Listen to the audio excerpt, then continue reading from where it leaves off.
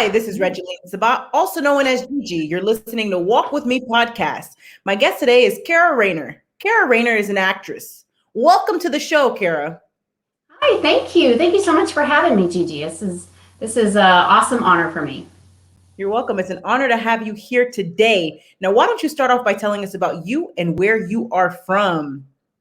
Yes, so I am from Texas, originally East Texas, where I grew up, and currently in Dallas, although I'm spending a lot of time in kind of back and forth from Atlanta to Dallas, but mostly in Dallas lately.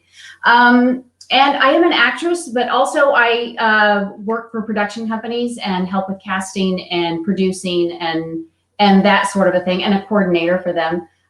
So I have a lot of hats that I wear. But that's just kind of, but acting is my passion. It's what I always wanted to do from the time I was little. So that's, and now I'm doing that. And so now I can say I am an actress. I love it. Tell us more about that. What inspired you to become an actress? I think for me, it's something that I always wanted to do. And from the time maybe even 4, I was performing. I came from a family that my father, at least, was a professional singer and did that. And so watching him sing, watching him do his performances was something that was always interesting to me. So I started following in his footsteps as well and singing. And so that's where it started, and I liked that, but I was also incredibly shy. And so it took me a while really to kind of get into that. I did singing as I grew up. I did a little bit of theater and that sort of thing. But then I had kids, got married, had kids, and was a mom and loved that. But then as they got a little bit older, teenage years, I started thinking, I don't know that I'm really following those whispers that's been talking to me since I was 6 years old, that I wanted to be an actress. And so just took a step to dive into it at that point. I love it. Thank you for sharing that with us. Yeah. Now, tell us more about your experience working in NYC in an off-Broadway stage show. Yeah. So that was such an incredible opportunity, and I'm so glad that I did it. I did not make a lot of money off of it, and that's okay. The experience was so valuable. I had an opportunity. I was working with a theater group in Richardson, Texas, and it was an original play by James Prince, and it's called, I have to look at my poster all of a sudden, Inferno, Fire at the Coconut Grove. It just vanished. My poster is right there. And but it was an original play that he wrote based on a famous, infamous, really, fire that happened to a Boston nightclub back in 1942. Yeah, 42. Again, I have to look at my poster. What's wrong? But in 1942, and it was a terrible, terrible tragedy. And over 400, around 400 people died. And there was over 1,000 people in the club, and they weren't even supposed to have that many. But it was in a time before there were fire laws, and so there weren't proper exits for people to get out of the club. And it started accidentally, and so many people died, burned inside. In fact, the front doors were very fancy, but they were those revolving doors. And it was before pedestrian doors had been installed on the sides of revolving doors. And so unfortunately, people got jammed in the doors, and they couldn't even get it open. And so so many people died. It was very, very tragic. So James Prince wrote this story because one of his wife's, a relative of his wife, was someone who was in the fire, and so that got him interested in the story. And so he wrote this story. It's really, really interesting. It's every character in the story is a true character, historical character, except for me. I was the only one that was a fictional character. My character kind of just blended the story together. I was a reporter going in to find out what happened, and started really digging in to see what happened and who, they just weren't, at that time, they didn't have those laws to follow. And then people were kind of, slipping some money under the table. I'll ignore that over there, or just, go open your club. And so some things were ignored, unfortunately. And so many people died. But the experience of being in New York City, working off Broadway was so fantastic. Just living there, we were there for a month, and I loved it so much.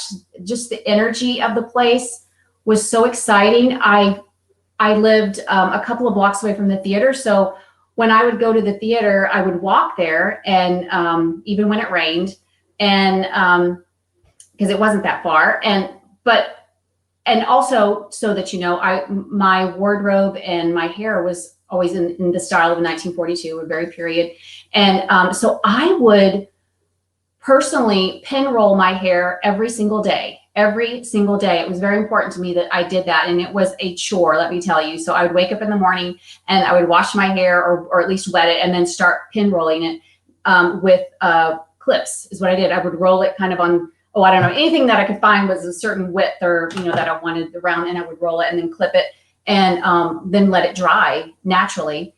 And then I would roll victory rolls in the front. So I walked to my theater with all these pin rolls all over my hair. So I'm sure I looked a sight, but it's pretty funny. But it was just a great experience. We had some critics that came to see us and always had great remarks. We were very surprised by that, because we were a little bit afraid, being a group from Texas coming into New York, thinking, what are you doing here? This is New York City, only the best of the best are here. But we really had some good reviews, and we were very proud about that. It's just a good show. It's a good story. And so just the whole experience was great. I wouldn't change it for the world, and can't wait to do that again. One day I would like to do that again. I love it. Now, tell us more about your experience working in Miami on a TV pilot as one of the leads. Oh, yeah. Oh my gosh, that was such a another one of my favorite things that I did. I just happened to. I had an agent at the time in Texas, but I didn't have anyone helping me find roles anywhere else in the country, and I came across this casting notice for this particular character, and I thought, oh my gosh, that is me. She was this snobby, kind of a trophy wife kind of a character, and very selfish, very self-centered. And I thought, oh my gosh, I would just eat this up. And so I sent in an audition, and it just so happened they actually had been looking for this particular role for a year. I didn't know this until I arrived on set, but I got a phone call like the next day after I sent it, and they were like, where are you? And I was like, I'm in Dallas. Oh, can you, do you have, they were trying to find out if I could be there and they not have to pay just an arm and a leg for me to be there. But they loved me so much. They paid for everything and had me come up there, or over there. And that was so much fun. Unfortunately, it didn't go anywhere, but we got the pilot done, and it was a female-driven story. The 5 main characters were all women of completely different backgrounds, and it was so much fun. It was just a delight to get to work with them. But I love Miami so much, and actually it was on South Beach is where I was staying. They spoiled me, and I got to see the view of the beach every day from my apartment. But I could get used to that. That didn't make me mad at all to have to do that. Amazing. Now, tell us more about, why do you love narrative writing? Oh, yeah, sure. That was a complete surprise to me, a complete surprise, and that is because when I was a child, I remember a teacher, I did a project and I was so proud of it. And just to backtrack just a little bit, and we'll go into this later, but I struggled in school. I really had a hard time with subjects, with really anything. I just didn't do well in school. And it was really hard. I had to work so hard, and my sisters were so smart, and they never had to work at all on anything. And I just had to constantly work at it, or didn't, and make bad grades. And but I worked so hard on this project. I was very proud of it. And it was a story. I had to write the story and illustrate it as well. And again, I was super proud of it. And the teacher came to me And she turned everything back in, and I look at it and it was a B-. And I was just like, oh, I truly thought it was A. I thought this is going to be my moment. I'm shining in school finally. And she was like, yeah, this is not really fifth grade. Fifth grade. Let me tell you, this is not, you needed to develop the story a little more, you know, the drawings could be better. I'm 10 years old, you know, that shattered me. And I'm saying all this to say that I want people to be careful about what they say to little kids, because that, to me, that was like, oh no, you can't write. You're not a writer. So I grew up with that and thinking, I'm not a writer. I'm not a writer. That's just not what I am. But it happened one day. The only reason why it happened was because my husband and I went to an estate sale, and the room was, the house was over 100 years old. The rooms were packed wall to wall with just stuff. And I came across this hand mirror. It was silver hand mirror, and I picked it up, and people were walking behind me, and I could see them as they walked behind me. And I thought, wow, I wish I could see inside this mirror and see what happened. What has this mirror seen? You know, I would love to know the life of this mirror and what it has watched, what stories has it seen unfold. And so that's what started my screenplay, Roarin', which if you flip it, actually that poster is right behind me. There it is. Roarin', that's the name of the screenplay, the movie. And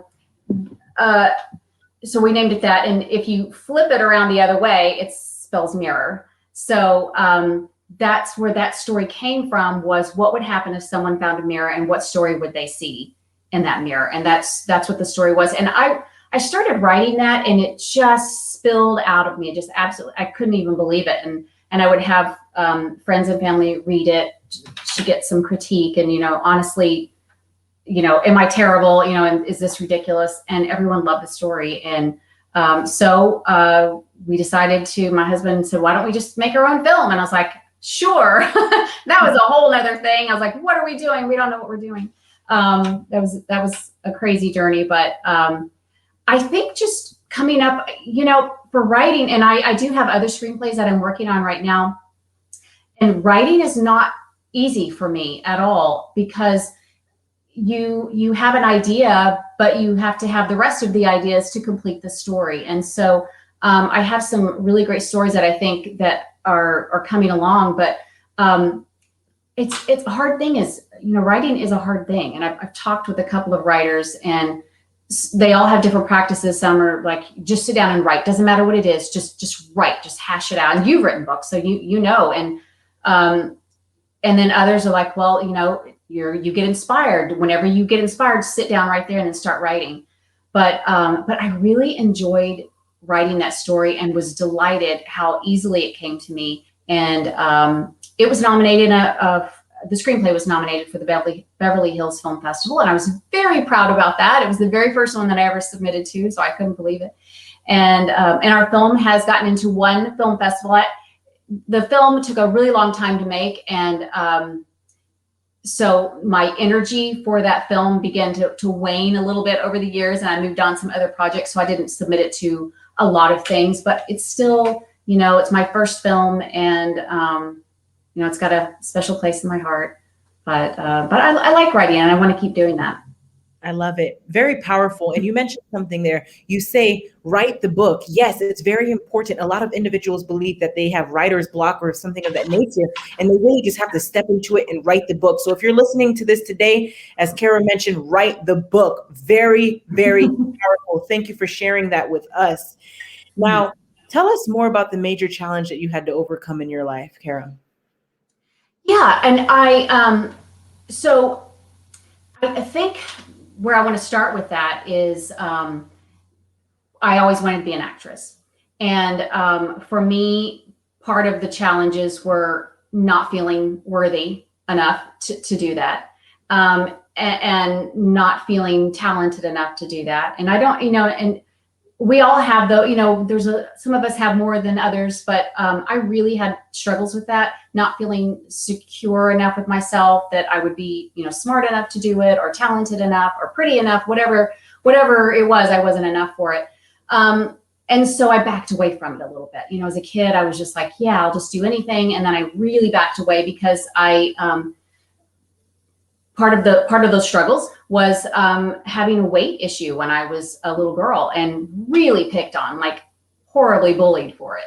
And so that made me want to sink back into the shadows and not be seen and not do anything. I didn't want to raise my hand. I didn't want to bring my attention to myself in any way at all possible.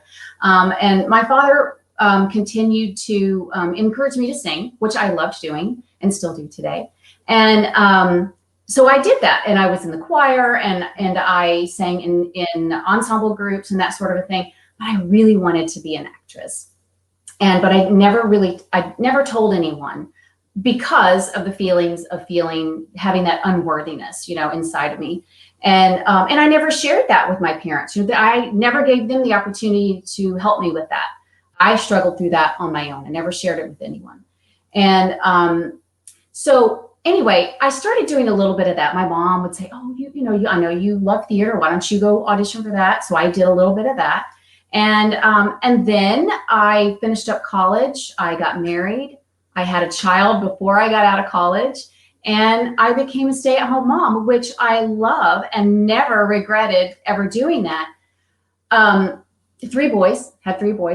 And so I was insane pretty much most of the time. And then by the time that my oldest was 16, I thought, gosh, I really don't think or maybe he wasn't quite 16 yet. Let me back up. It wasn't quite there. I was like, I don't know if I'm doing everything that I wanted to do. So I just started to think about how I kind of want to jump back into it. I didn't know how. I was afraid. I didn't know if it'd be enough or anything, but I wanted to try. And I had talked to my father about it. I said, I think I might want to try and get back into voiceover, because I had done a little bit of that in college. I could do that from home, it'd be easy, and I could still take care of the kids. And he was very encouraging. Yeah, you should do that. That's what you should do. And unfortunately, he was killed not long after that by a drunk driver. And gosh, I didn't think I'd get teary about this, but that was 12 years ago, and I hadn't started acting yet. And I tell this story because this is really a turning point of my life, I really believe. And that is, he was minding his own business. He was actually going to a rehearsal for singing. He was helping train another barbershop quartet for a competition that they had coming up. And out of all of that terrible tragedy and everything that had to unfold from that, I was struck with the thought, what if I was just minding my own business out on the street like he was? He was standing by the side of his car, unfortunately, and this car just came by. What if I was standing on the side of the street, and I've never, ever tried to even go for my dream? I've not even tried, and I'm taken off this earth. That's when I changed. It took me a little while. But out of those shadows, out of those ashes, I was like, you know what? I have to do this. I don't want to leave this earth without at least trying what I've always had on my heart. And sorry. And so I decided to try. And it was the hardest thing in the world, because I had no idea where to start. Not at all, not a clue. I didn't know anyone that was an actor.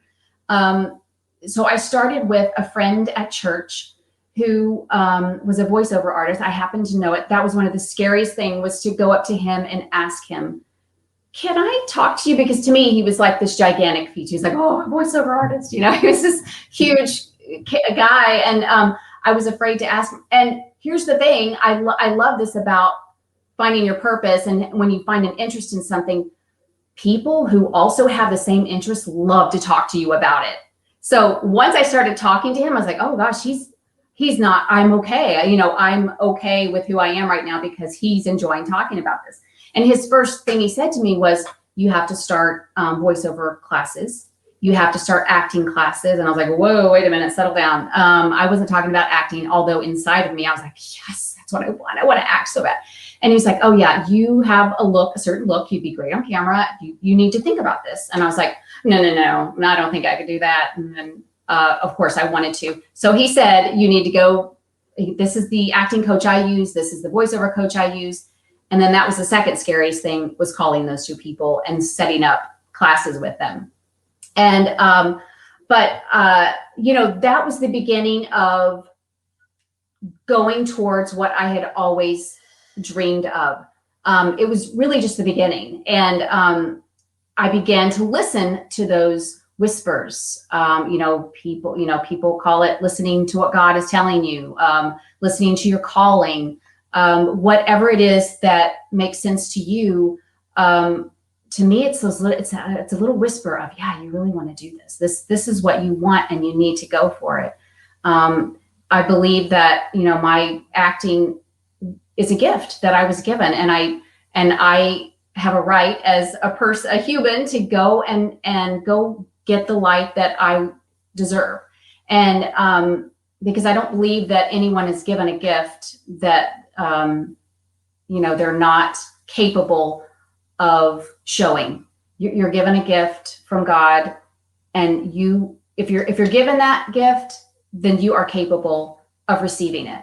And so that's one of the things that I like to talk to people about, is finding that purpose. Because one of the things that, you know, I always wanted that I wanted to be an actor, but I wouldn't admit it to anyone. I wouldn't admit it to myself, and I knew it. So when I talk to people about, what is it you want to do? You know, whatever the thing, it doesn't have to be acting, whatever, you know, you want to be. Some people will say, I don't know what I want to be. I don't believe them. I really don't, because I was one of those people that hid it inside of me and didn't tell anyone. It was, I'm just going to go find a job and I'm going to make some money. You know, I'm going to be a music teacher. That was one thing that I told myself for years. I was going to be a music teacher. Didn't want to be a music teacher at all. So I think everyone kind of knows a little bit deep down in their heart, what's in the bottom of your heart, that is your dream. I think you need to try and find that. And I know it may sound overwhelming for someone who doesn't even know how to start, like it was for me. But one of my main passions is telling people that if you do have a dream, whatever it is, you can find it and you can go for it and you can achieve it. You're not going to be given even that thought without the capability of being able to achieve it. I think God gives you thoughts, He gives you whispers, He gives you ideas, because that's what you are meant to do. And you wouldn't have them otherwise. So if you want to be a doctor and you think, I can't be a doctor because I have no money to go to college, no excuses. You can find a way to make your dream happen, because that's what I did. And believe me, it was not easy. I was terrified, but I decided to be terrified and do it anyway. Amen. Now, you mentioned God quite often. How important is your relationship with God to you? You know, I've grown up a Christian, and I definitely am a believer. I would say for me, even more so now in my older years, I lean a little more heavily on prayer, but sometimes prayer for me can be different things. Sometimes I just need to have someone to listen to me, you know, and for me, that is prayer. I'm not there to ask for a lot of things, unless it's guidance or, you know, show me where I need to go. But sometimes prayer for me is just walking and looking, and nature. Being in nature to me is prayer, because I feel like we're all a part. We're all on this earth. And I feel like we're all one, and we're one with God, and nature is one with God. I feel very strongly that, we're all in this together. And sometimes we might need to lean a little more on prayer, but it's important to lean on each other as well and be there for each other. So I find that, my prayer can also be my creations. I think, acting to me sometimes can be prayer, because it's cleansing for me. It's an energy for me. And I think whatever feeds that energy to set you on your purpose is important. So whether it be through prayer or through, nature, I do find time to meditate or pray or gratitude is another thing that's important to me, which ties back to God. I have to be grateful for, and that's something that I have started doing. I get up very early in the morning, and my husband's like, why are you getting up so early?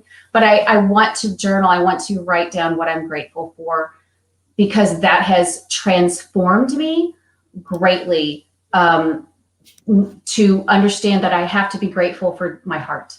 I have to be grateful for my lungs. I'm grateful for my legs, just anything. I want to be grateful for that, because those are gifts that were given to me that's empowering me to go towards my purpose and my alignment. I feel like I'm aligned now finally with the energy and the flow of where I'm supposed to be. I love it.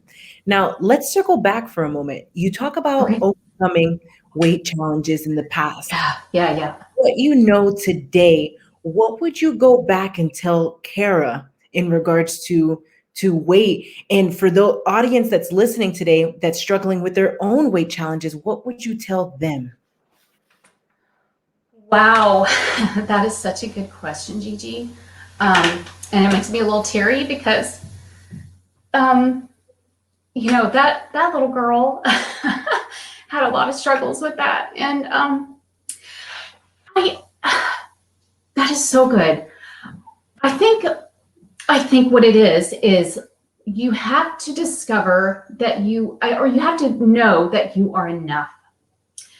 No matter what you look like, no matter what situation you are, no matter how much money you have, you are enough just the way that you are. And even now today, listen, I would like to lose 20 pounds. I'm just going to say, I really would. And it's been a struggle my whole life. And I'm okay with that now. There may be days where I'm like, I wish my jeans fit a little bit better, but I still say to myself, I'm okay. I'm enough. It doesn't matter if my jeans don't fit the way that I wanted them to fit. I think just learning that you're enough. And this is something that has not come easily for me. I think this has really come over the last couple of years. And I have a really good friend. She's so wonderful. You need to have her on on your show. Her name is Diane, and she's a life coach. And when she and I were talking one time, she said something to me, and this is so crazy because I didn't know this. She said, in the middle of our conversation, well, don't you love yourself? And like, what? She's like, don't you love yourself? And I was like, I don't understand that question, because I know I don't understand. I was not enough to even I couldn't even be enough to love myself, right? And so that was one of my turning points to begin to learn how to love myself, because she started teaching me about what that really looks like. Because as a child, or anyone can have this. I was going to say, as a child, I started hearing those voices in my head, that little voice that would say, oh, look at you, you're not enough. Look at you, you're not small enough. You're not pretty enough. You're not, all those little voices that would come into your head, and tell you those things. And that is one of the first things that I would tell someone who is struggling, or that little girl or that little boy. Those voices are normal, but they're not real. They're not you. They are stories that have developed that are telling you that very thing, that you're not enough, that you're not okay the way that you are. And I think learning that you're okay the way that you are, because first of all, you won a race just getting here to begin with. You won the biggest race of all, to just be born. And that's a miracle. That's a blessing.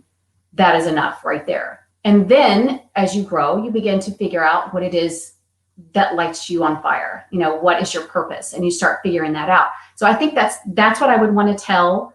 I've said 1,000 things, but that's in a nutshell what I would like to tell that young child, that you are enough the way that you are. And I know those are, just even saying those words, I don't know that is enough to make someone understand it, but you truly are. And that's what I've taught myself over these past many years now, that I am okay the way that I am, because I was made this way.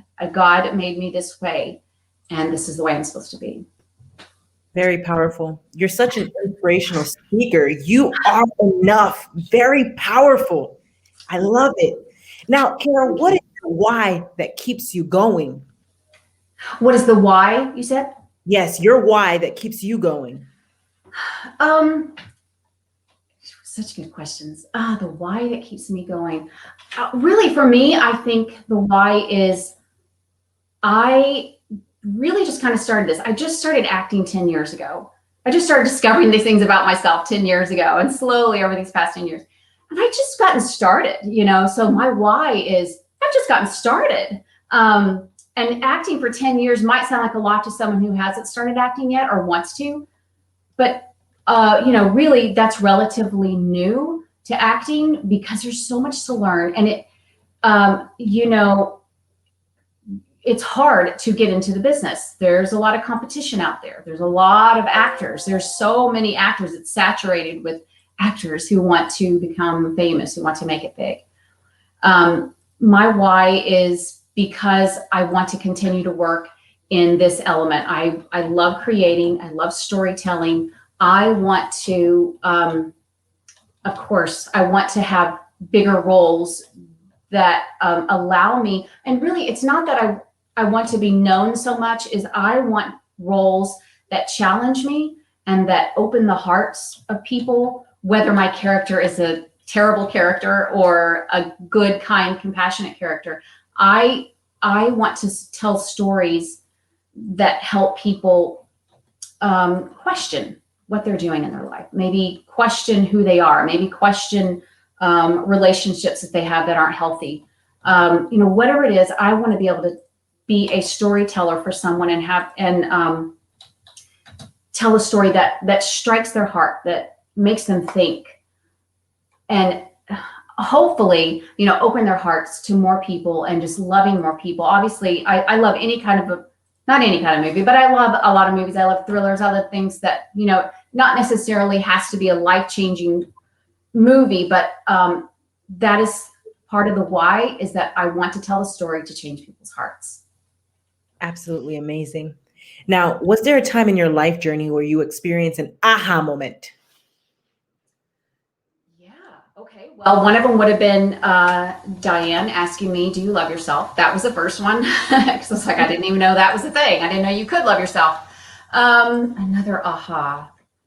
As far as acting goes, I have learned so much over these 10 years, but so great to get to the point. If anyone in your audience is wanting to be an actor or is an actor, they will understand. The aha is, as an actor, you have to go out on all these auditions, right, in order to get picked for a role, typically. When I first started auditioning, I remember I was so nervous anyway to even do it, but I would wait. I'd go home and wait for the email or wait for the call. Okay, I'm probably going to get this because I think I did a really great job. And then nothing. Crickets. Nothing. There's nothing. There's not an email saying thank you so much for your time. But no, there's not even that. It's just okay. I guess it's been 4 weeks and I haven't heard anything. So I guess I'll go audition for something else now. I don't know. And the thing is, taking that personally was the aha, because I learned to not take it personally. You learn as an actor, you don't know what the circumstances are behind any of that. And then you just start auditioning. And you're like, okay, all right, next one, next. And then if they happen to call, awesome, I see it on the cake that they want you. That's fantastic. But the aha is, I don't have to take it personally that they didn't call me. I don't have to take it personally that they didn't pick me for this role, because it's very, they're very particular about what they want most of the time. And they're looking for, it may not just be that you have to have blonde hair and green eyes. It may be that you also, I don't know, just the way that you audition, or maybe they want someone who's shorter. Maybe they want someone who's fatter. Maybe they, your skin tone has to be even whiter than what I am. I don't know. You can't take it personally. I remember an acting coach also telling me one time, you may walk in and you may look like the director's ex-wife, and they're like, nope, not taking that person. So you can't take it personally. You don't know what's happening. And on top of that, sometimes projects just don't ever happen. And so you don't know what it is. And so you can't take it personally, and you just got to keep on moving. Fantastic. Keep on trying. Yeah. Absolutely amazing. Now, what is your best advice to the audience for walking with purpose and living a life of happiness, Kara? Oh, great. Walking with purpose and living with happiness. I think, first of all, finding that purpose is something that I'm passionate about. And I may have kind of touched on it a little bit here and there. And it's just finding it and knowing what it is. And I know sometimes finding that and knowing that may be difficult, or maybe it's not. Maybe it's easy. But and also, I think purposes can change. So I think people need to be aware that just because you feel like your purpose is to be a teacher, it may transform into something else later on down the line. You know, there may be more. So I think being happy, or, you know, finding your purpose will make you happy. But you also have to be aware that you may be getting some messages, you may be hearing there's more. Maybe I'm supposed to be doing something else, not just a teacher. Maybe I need to be a motivational speaker now. So I think walking with purpose is listening, always listening to what you're being told from God or whoever you think it's from, listening for those whispers of direction.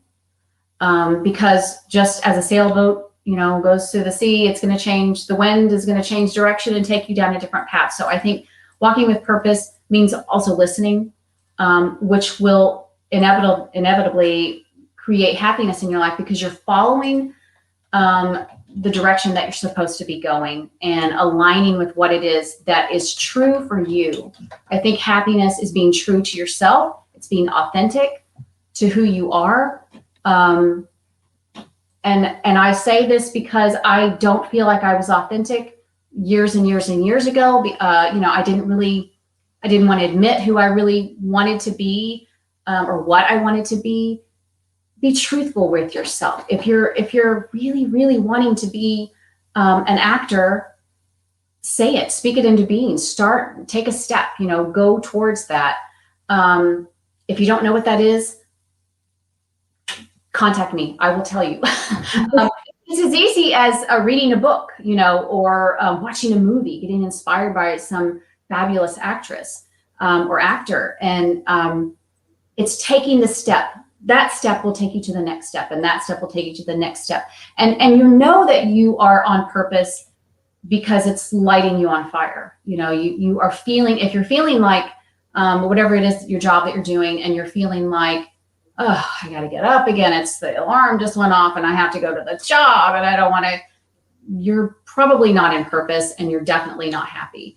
So you need to find the thing that lights you up, that brings you energy, that makes you like, oh, I get to get out of bed now. I get to go do this and that.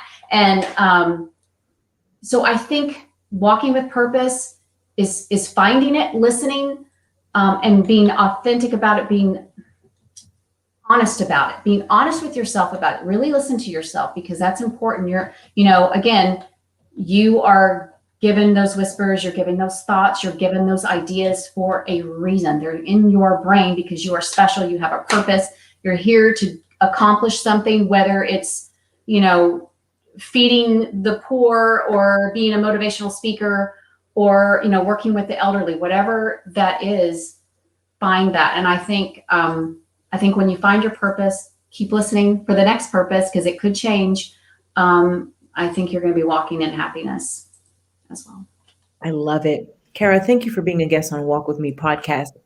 You are so welcome. I have loved it. As you can tell, I love talking about this and I just rattle on, but it really is important. And I hope people will, you know, feel good about trying to find their purpose if they haven't already. And if they are in what they think is their purpose and they're thinking, no, you know what, maybe it is, maybe she's right. Maybe it is taking a different direction and I need to follow that. So just keep listening. That's all you got to do. Listen. Keep listening. I love it. Now, where can the audience find you, Kara? So I have on IMDb, of course, I have a profile there which shows the projects that I've been on or projects that are coming up. And Then on Instagram as well, I'm not on there a lot. I try really hard. I know how important social media is to anyone in a business, honestly. But I struggle with that, so I have to do better at that. But I do post from time to time, especially if I have a project coming up or something that's really heavy on my heart. I think the last thing I posted was just something that I just felt like I had to get off my chest and speak about. And it's usually around this type of subject, finding your energy, finding your light. And so Instagram, IMDb, also Facebook. I'm on all of them except for Twitter. I got off of Twitter because it was just too toxic for my brain. And but those are the places that you can find me. Amazing. Ladies and gentlemen, make sure to check out Kara at imdb.me/Kara Rayner. And Kara, again, thank you for being a guest on Walk With Me podcast. You have a blessed day. You are most welcome. I have enjoyed it so much. Thank you.